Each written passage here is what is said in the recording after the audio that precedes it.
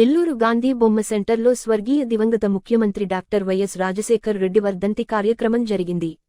ఈ సందర్భంగా వైసీపీ నగర కార్పొరేటర్లు, నాయకులు, కార్యకర్తలతో కలిసి వైఎస్ఆర్ కాంగ్రెస్ పార్టీ నెల్లూరు జిల్లా అధ్యక్షులు, ఎమ్మెల్సీ పర్వత రెడ్డి చంద్రశేఖర్ రెడ్డి రాజశేఖర్ రెడ్డి విగ్రహానికి పూలమాల వేసి ఘన నివాళులర్పించారు. ఈ సందర్భంగా రాజశేఖర్ రెడ్డి రాష్ట్రానికి అందించిన సేవలను వారు గుర్తు చేసుకున్నారు. ఈ సందర్భంగా జిల్లా అధ్యక్షులు పర్వత రెడ్డి చంద్రశేఖర్ రెడ్డి మాట్లాడుతూ, రాజశేఖర్ రెడ్డి మరణించి 15 సంవత్సరాలు అయినప్పటికీ దేశ ప్రజలు ఆయన సేవలను ఇంకా గుర్తు చేసుకుంటున్నారని తెలిపారు. ఫీజు రీయింబర్స్మెంట్, ఉచిత విద్యుత్, ఆరోగ్యశ్రీ, 1,08,104 సేవలు లాంటి పథకాలు రాజశేఖర్ రెడ్డి తీసుకొచ్చిన సంస్కరణల్లో భాగమేనని తెలిపారు.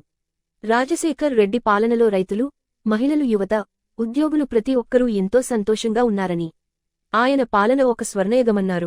రాజశేఖర్ రెడ్డి ఆశయాలకు అనుగుణంగా ఆయన తనయుడు వైఎస్ జగన్మోహన్ రెడ్డి వైఎస్ఆర్ కాంగ్రెస్ పార్టీ ద్వారా ప్రజలకు అన్ని విధాల సంక్షేమ అభివృద్ధి పాలన అందించారని తెలిపారు. వైసీపీ అధికారంలోకి రాలేకపోయినప్పటికీ ఇప్పటికీ ప్రజలు జగన్మోహన్ రెడ్డితోనే ఉన్నారని చెప్పారు. మళ్లీ జగన్మోహన్ రెడ్డి పాలన రావాలని ప్రజలు కోరుకుంటున్నారని తెలిపారు. ఈ కార్యక్రమంలో కార్పొరేటర్లు ఏలూరు మహేష్, వేనాటి శ్రీకాంత్ రెడ్డి, గుంజి జయలక్ష్మి, నీలి రాఘవరావు, ఓబిలి రవిచంద్ర, కామాక్షి, రామకృష్ణ, మస్తానమ్మ, వైసీపీ నాయకులు నేతాజీ సుబ్బారెడ్డి, కొనిదల సుధీర్, మాజీ జంగం కార్పొరేషన్ చైర్పర్సన్ ప్రసన్న, మాజీ ఏపీసీఓబీ చైర్మన్ కొండూరు అనిల్ బాబు వైసీపీ కార్యకర్తలు పాల్గొన్నారు.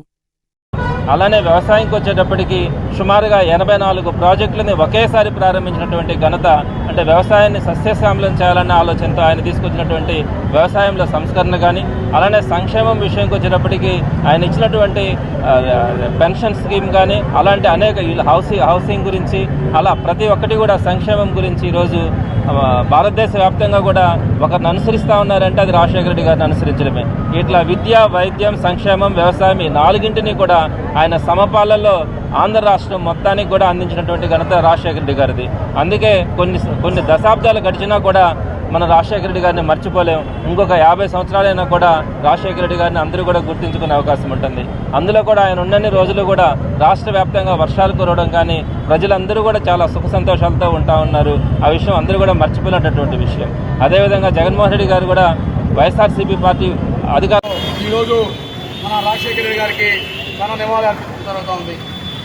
రాజశేఖర రెడ్డి గారు ప్రజాసేవలో అంకితమయ్యి ప్రజల కోసం ఏం చేయాలో ఆ రోజు పాదయాత్రలో తిరిగి విద్య, వైద్యం, అలాగే మనకి తాగునీరు సమస్య మీద దృష్టి పెట్టి ప్రతి పిల్లలు చదువుకుంటే వాళ్ళ భవిష్యత్తు బాగుంటుందని చెప్పని ఆ రోజు ఫీజు రీయింబర్స్మెంట్ పెట్టడం జరిగింది.